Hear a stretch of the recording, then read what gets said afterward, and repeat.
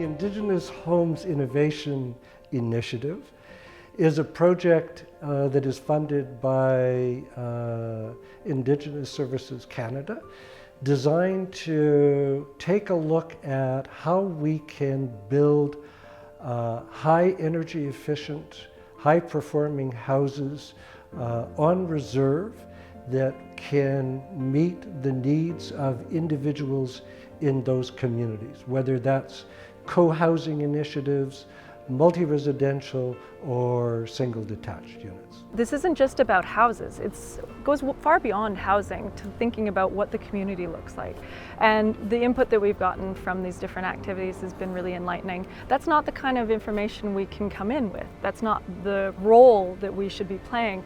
So that opportunity to really listen and spend time in community has just been totally enlightening. When we look at this program we're doing with iHi, we see it in two different ways: Western science and Indigenous knowledge. And that is that we're doing something that'll help our people, specifically our elders. At the same time, we have to bring light to bear to people that are seeing this, to understand that our home means something different than your home. What does cultural design look like with housing, and how do the values of that community then translate into the buildings and the infrastructure? We're going to join with other communities in different climatic regions so we can investigate the type of materials, the design and construction techniques. All of our direction has come from the grassroots and from the communities where we work. And we've heard a bunch of different things, but the elders' care has been a common refrain. How do we keep them in community so that that knowledge does stay in the community and that everybody is enriched by those relationships? Theoretically, the house is built with local building materials from the environment as much as possible. The water that's consumed comes into the house. The wastewater that goes out, it's interconnected with the environment. The food system that comes in, the feasting that happens, the waste that goes out, the energy that's produced in the environment, that's used in the home. And so what we see here is the house starts to become really an integral centerpiece. And we know that if we have healthy housing, then we have a higher likelihood of having healthier children and building a healthier nation.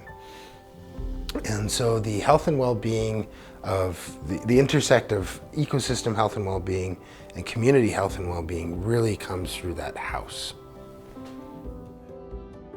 And this is about combining the best of technical innovation with the traditional knowledge that is held by Indigenous people.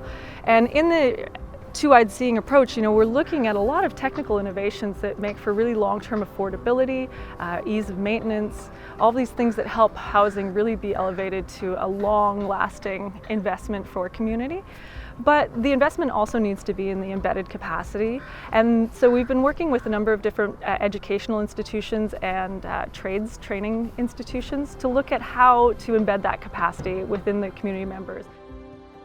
We want to empower communities, and really this is about self-determination and moving towards reconciliation.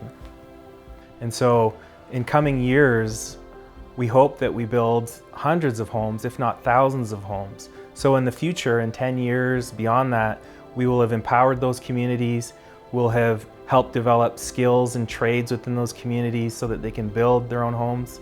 And in the end, we hope we can make a huge contribution to this housing crisis, which they say by 2032 there's going to be a need for over 100,000 new homes to be built in Indigenous communities. So we're hoping what we're doing has a major contribution to that.